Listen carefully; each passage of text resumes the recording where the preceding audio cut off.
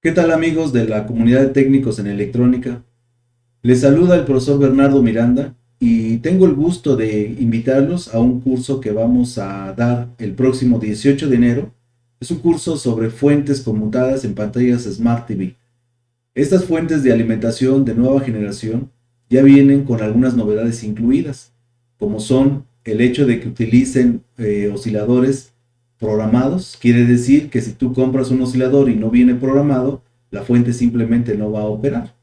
Manejan dos modos de potencia, potencia baja, potencia alta, pero ya no tienen autoacoplador para este control desde primario, sino que realizan la detección a partir de la carga. Hay muchas novedades con estas fuentes de alimentación y bueno, pues vamos a abarcar las fuentes de alimentación que se localizan en pantallas desde 32 pulgadas hasta las pantallas de tamaño grande que superan los 60 pulgadas, las 55 pulgadas. Bien, aquí nosotros vamos a ver varias situaciones con estos circuitos, pero dentro de las pruebas que vamos a realizar será el cómo trabajan estos tipos de osciladores, el hecho de cómo operan, qué condiciones de trabajo requieren, qué es lo que hay que revisar antes de echar a andar una fuente de alimentación, si están los conmutadores dañados, qué pudo haber provocado que estos conmutadores se dañaran. Y bueno, pues aquí he preparado una prueba para empezar a trabajar directamente con estas fuentes de alimentación. Aquí nosotros tenemos un circuito oscilador, el cual vamos a realizar una prueba. Esta prueba consiste en trabajar el mecanismo de arranque. ¿Cómo puedo yo determinar que este oscilador que tengo aquí, este oscilador está operando? Bien, pues hay varias pruebas que podemos realizar. Hay algunas pruebas que son del tipo pasivo. Habrá otras pruebas que serán con la herramienta que yo tenga. Normalmente nos acompaña siempre el voltímetro. Y si yo cuento con un osciloscopio, la prueba se vuelve mucho más confiable.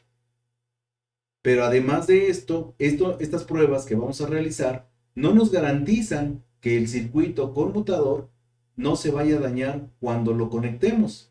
Ese es un punto importante en circuitos, en estas fuentes conmutadas. Bien, vamos a realizar la primera prueba. La primera prueba consiste en comprobar el voltaje de alimentación, pero antes de comprobar el voltaje de alimentación, yo tengo que revisar la impedancia de mi circuito. Y esta impedancia en prácticamente cualquier circuito de 6 terminales, como lo es este chip, debe tener una impedancia en el orden de los megaohms. Quiere decir que si tengo 800 kiloohms, 500 kiloohms, me indica que el circuito integrado está dañado. Debe de tener impedancia en el orden de los megaohms. Entonces, vamos a colocar nuestras puntas y el punto a revisar será directamente la terminal de alimentación. En este caso, este circuito integrado, su terminal de alimentación es el pin número 5. Ahí en ese pin número 5 yo deberé encontrar una alta impedancia. Vamos a revisar entonces. Voy a colocar mi multímetro en ese pin número 5 y vamos a revisar la impedancia que tenemos ahí en ese pin. Con la fuente desconectada, verifico esa resistencia y en este caso la resistencia me maneja abierto prácticamente. Esto indica que el circuito no tiene una impedancia baja que es considerada como mala. Ahora vamos a polarizar, pero ahora vamos a utilizar el voltímetro y vamos a revisar esa misma línea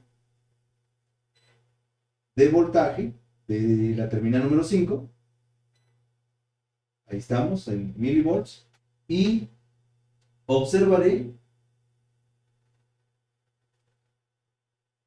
que al conectar se polariza con nivel de voltaje, pero este nivel de voltaje no pareciera que estuviese trabajando.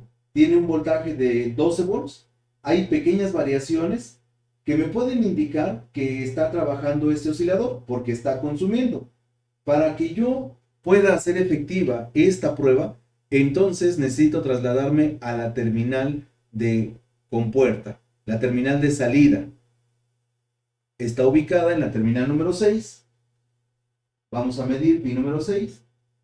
Y en el pin número 6 observo que hay variaciones. Estas variaciones me pueden representar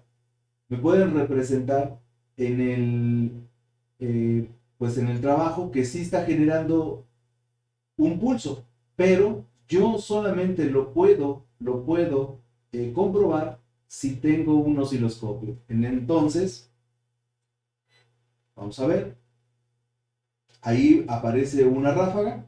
Vamos a disminuir bueno, pues aquí vamos a ajustar para poder visualizar de forma correcta esta ráfaga, ¿sí? Ahí ya tenemos una amplitud correcta. Vamos a disminuir la base de tiempo para que nosotros podamos apreciar este pulso. Y ahí se puede observar ese impulso. Ahí se puede observar un poquito mejor. Estoy en un periodo de tiempo muy bajo, ¿sí? Pero ahí puedo observar que efectivamente se está generando un pulso. El voltímetro es muy lento, por eso no registró esas variaciones, pero el osciloscopio sí me lo permite. El osciloscopio sí me permite realizar esta prueba y este oscilador, en este caso, me está indicando que sí está operando. También hay otras maneras de comprobar ese pulso. Ahora no lo voy a hacer con el voltímetro porque si ustedes observan el voltímetro, pues no tiene una buena lectura, pero si paso al modo de ohms, observe.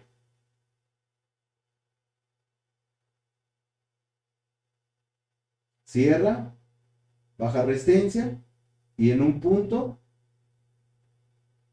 tenemos baja resistencia. ¿Esto por qué es?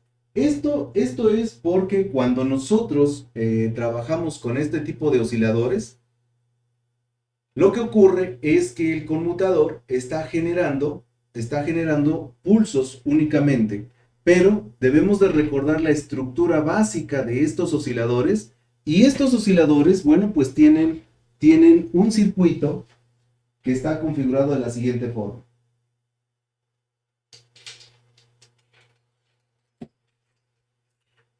Aquí vamos a explicar rápidamente qué es lo que ocurre con esta medición en ohms. Tengo un circuito integrado que es mi terminal de drive y esta terminal de drive es la que va a ir directamente hasta la compuerta. Y si han notado, normalmente tiene un diodo inverso. Ese diodo inverso es por una situación. En este punto nosotros vamos a encontrar dentro del circuito integrado, ¿sí? Esto ya es dentro del IC oscilador. Esto va a ser nuestro IC oscilador. Este integrado va a encontrar, o vamos a tener dos transistores. Estos dos transistores, bueno, pues vamos a localizar un transistor en esta posición, ¿sí?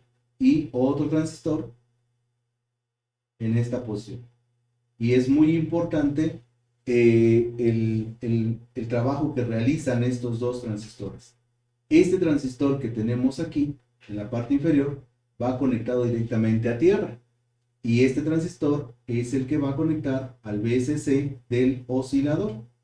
Por eso es importante mencionar también que el V+ debe de tener ciertos valores para no dañar a nuestro circuito integrado, ¿sí? A nuestro circuito conmutador. Entonces yo tengo aquí mi conmutador con su resistencia de OCP y el drenador. Recordemos que el trabajo que nosotros debemos de realizar es hacer que este transistor switche. Si yo le genero un pulso positivo, este pulso positivo dispara nuestro transistor. Eso hará que el transistor entre en conducción. Pero si nada más hay pulsos positivos, entonces el transistor se va a mantener encendido, ¿sí? Con puros pulsos positivos, únicamente vamos a mantener encendido nuestro transistor. Ese trabajo es el que realiza este transistor, ¿sí? Este hace la labor de encender nuestro transistor de conmutación. Pero ahora, en los sistemas con conmutación a través de MOSFET, requerimos de un circuito que nos ayude a abrir el transistor. Y entonces, este transistor que yo tengo aquí hace que conduzca a tierra y este transistor colocará el nivel bajo para que entonces este circuito abra. Entonces este es el transistor de apagado. Por eso es que tenemos una configuración de doble transistor. Uno para encender nuestro MOSFET, que sería el que va conectado a la línea de alimentación, y vamos a encontrar otro transistor que está conectado hacia tierra. Este transistor es para que nuestro conmutador se abra.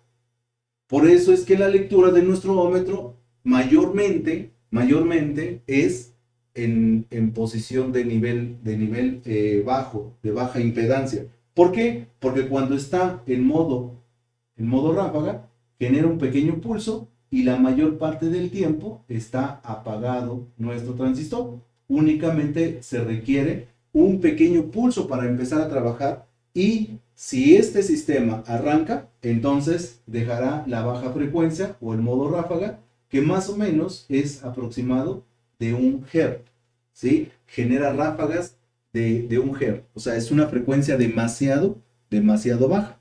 Obviamente para esta prueba necesitamos no tener colocado el conmutador, por eso es que ustedes observan que en este caso el conmutador no está colocado. Ahí está la posición de los circuitos, y bueno, pues ahí nos hacen falta los conmutadores. Entonces estas pruebas son realizadas sin el conmutador. Por eso es que aquí hicimos la primera prueba, una prueba pasiva, una prueba que tiene que ver más bien con la impedancia del circuito integrado. La segunda prueba fue la polarización del mismo. La tercera prueba es observar si hay pulso a través de la terminal driver, ¿sí? Que va directamente a la compuerta. Después verificamos ómicamente que estuviera conectado a tierra, porque si no conecta a tierra quiere decir que nuestro MOSFET se va a quemar, porque no hay nadie que haga que se deshabilite la conmutación del switch. Y finalmente vimos con el osciloscopio cómo efectivamente hay pulso, pero hay que comprobar esa parte del transistor, ¿sí? Que el transistor abra. Por eso son importantes esta serie de pruebas. De nada nos sirve verificar que el conmutador esté teniendo pues voltajes inversos y todo esto, porque cuando llegamos a las pruebas efectivas de oscilación, esas pruebas ya no me sirven y puedo confundirme en nuestro trabajo. Entonces es muy importante que realicemos estas pruebas directamente en el chasis. Si un conmutador un conversor fue diseñado para trabajar con ciertos circuitos, en el conversor es donde se debe de verificar. Por eso es que en este curso hacemos alusión a que ya no hay que hacer pruebas estériles, checar resistencia por resistencia, capacitor por capacitor. Esas pruebas no nos llevan a ningún lado. Las pruebas efectivas son las que se realizan directamente en nuestra tarjeta de fuente de alimentación. Ahí es donde se hacen las pruebas efectivas. Y así como estas, bueno, pues vamos a verificar otras pruebas más, donde tiene que ver con lo que ya mencionamos, esta parte de los osciladores que ya son programables, ya son prácticamente sistemas de control dentro de la fuente de alimentación, fuentes inteligentes que le llamamos. Cada vez vamos apuntando más hacia esa parte, y es importante pues manejar algo ya de programadores, de todo esto, porque es así como funcionan estos sistemas. Bien, pues los espero el próximo 18 de enero, 8 de la mañana. Y bueno, pues les dejo a esta prueba como anticipo de lo que vamos a ver en este curso. Que estén muy bien, y bueno, pues como dirían por ahí, felices reparaciones.